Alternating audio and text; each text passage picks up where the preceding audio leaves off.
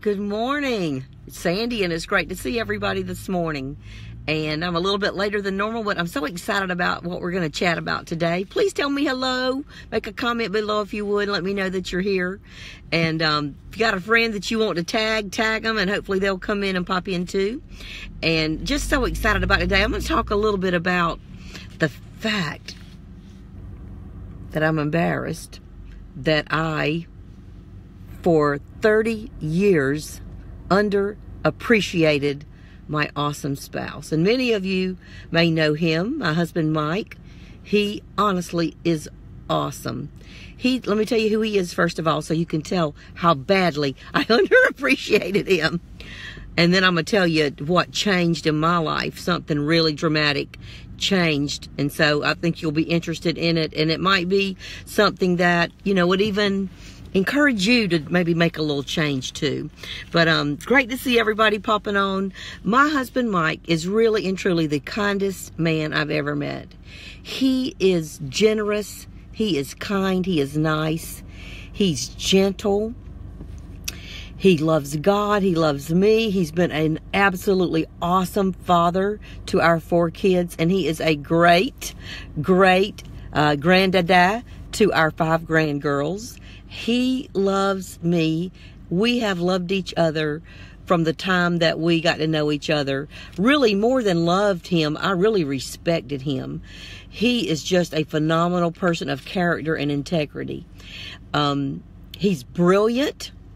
He has a real giftedness in being an analytical thinker, where he can see something and just know what needs to be changed, what needs to be fixed, how to make it better. He can see something and just know how to make everything better just in his brain. For me, I have to look at things. He and I are just super different. Very, very different. And when we got married, it has been a challenge for us.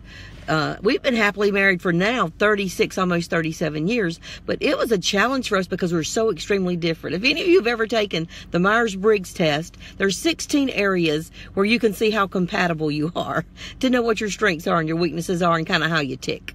Well, guess what? Out of 16, we are different on 12 of them. So we're only alike on like 4 areas. So we don't have a lot of similarities. And God's amazing that he does that to us, because when we get together and we have this interdependent relationship, you really have to learn how to get along. And so, surprise, I'm going to tell you a little secret. My strength is in my confidence. And my confidence causes me to be kind of arrogant. Or to me, it's never been arrogant, but to other people, it can be perceived as arrogant. And Mike doesn't have an arrogant bone in his body. So that arrogance in my life has really, in our relationship, has really caused me to not know that I was really doing it, but I was really undervaluing him. I was not appreciating him the way I should. Not valuing our differences, just kind of getting ticked off by him, aggravated by him. Anybody like me? Anybody say, oh, I kind of like that toward my spouse. I think I'm right and I've got the best idea and I love them and I appreciate them. I think they got a good brain, but there's something or another about the situation that just makes me think, well, I know the best thing. I know what I'm doing. And I hear you, but, we just need to do this thing my way. Well, because of that attitude, I just undervalued him. I did not appreciate his giftedness. I didn't appreciate who he was because we're so different. And so let me tell you what happened. We've been married for 36 years, but about 6 or 7 years ago, I went through this really dark time in my life. It lasted for 3 solid, terrible years. And so about 7 years ago, I really started this dark time where I really felt like I'd lost who I was, and I lost what was special about me. And I just didn't think that I was the great person that I am. I thought I'd lost that person, and I was not that person anymore. And I kind of lost my confidence, and I lost everything that really was my giftedness that I thought I had. I thought I didn't have it anymore. So to make a long story short, Mike and I went to a conference where there was a business coach and a life coach there. Her name, if you want to know, ask me and I'll tell you. But she was awesome that night. And when we left there that night, Mike knew I was in a bad place. I didn't even know I was in a bad place. And he told me, go sign up.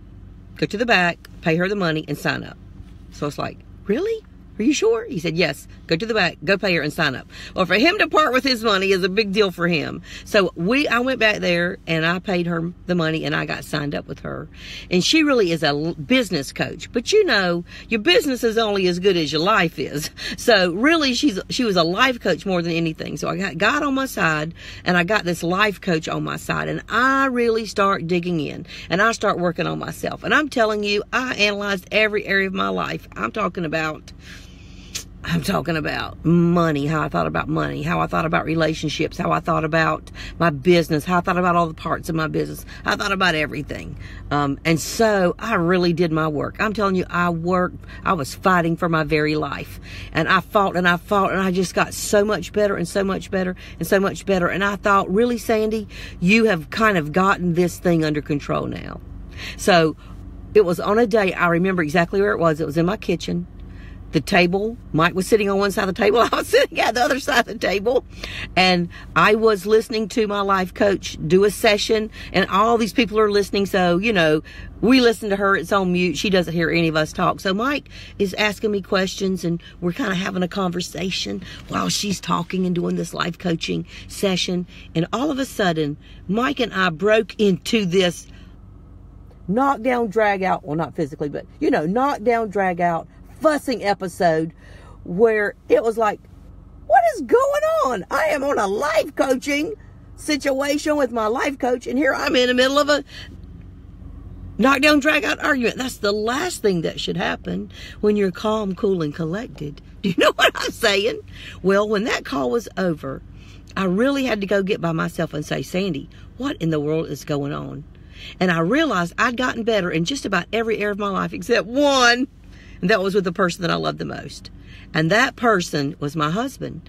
And I just said to myself, Sandy, man, you got to do something about this. And I can tell you, when you have anger issues and things trigger you really fast, it's really not an anger issue. It's really probably an inside issue on me. So this is what I did. Got me a piece of paper. I did what my life coach told me to do. On the left side of the paper, I said, everything my brain's thinking right now is the truth. It doesn't matter if it's good or bad. Write it down, get it out your body. So I started listening to these things about Mike and my story that I was telling myself about this husband that I'd been with for over 30 years. Number one, he drives me crazy. Well, that was true, but it wasn't positive. Second thing, he's very analytical, and every time I do something wrong, he catches me. True, but not positive. Another thing I was thinking, he is so aggravating. He is aggravating me slap to death. True, but not positive. So, I mean, I just went on, and I dumped every single thing and thought that I'd been thinking about him, good and bad and ugly, on this left side of the paper. Now it's the time to do the work. You got to think a new story to get to a new outcome. You can't keep doing the same thing you've been doing. You got to Mike is Mike. He is my husband. He is who he is. But something has to change for me to get a different outcome. And it is my response to whatever he's doing. So I started having this new thought. So I said, okay, Lord. Remember I told you about breathing? Lord, help me to know what I should be thinking about Mike and how I should be viewing my relationship with him. So I started in peace and quiet and calm. Tell me, Lord, everything. Remind me about who he is, this man I love. And so I started writing down, Mike Welch is the greatest husband I could ever ask for. Mike Welch is the person that God specially gifted and gave to me. Mike Welch loves me, and he would take a bullet for me, and that's the truth. My husband is kind and generous. My husband has put up with me and my craziness for 30-something years. Mike is gracious and sacrificial. He would sacrifice everything for me. Mike is a great provider. Mike is a hard worker. Mike is brilliant. Mike loves God. Mike loves me. I mean, I just went on and on. Everything I could think of about my husband that was awesome and positive and wonderful. Now, let me say this to you. I'm not asking you that if you're living in an abusive situation that you stay there and put up with it. You need to stand up for yourself. You need to say things that need to be said. And I needed to say things that need to be said, but I've got to have the right attitude before I can really say them and then be received. If they're not received, what good does it do me to say them? So, I have this new thought process. So, when Mike would do something, nothing's changed. When he would do something and it would trigger me and I would get crazy, instead of getting crazy, I would just breathe and make myself get calm and say, Mike Welch loves you. Mike Welch is a kind man. He is a gracious man. He is funny. He is humorous. He would take a bullet for you, and you know it, Sandy.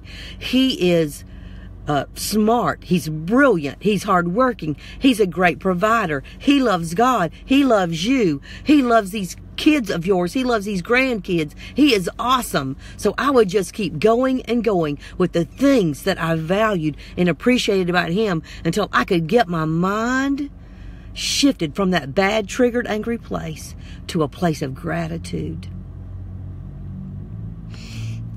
And I'm telling you, when you have an attitude of gratitude, it changes everything.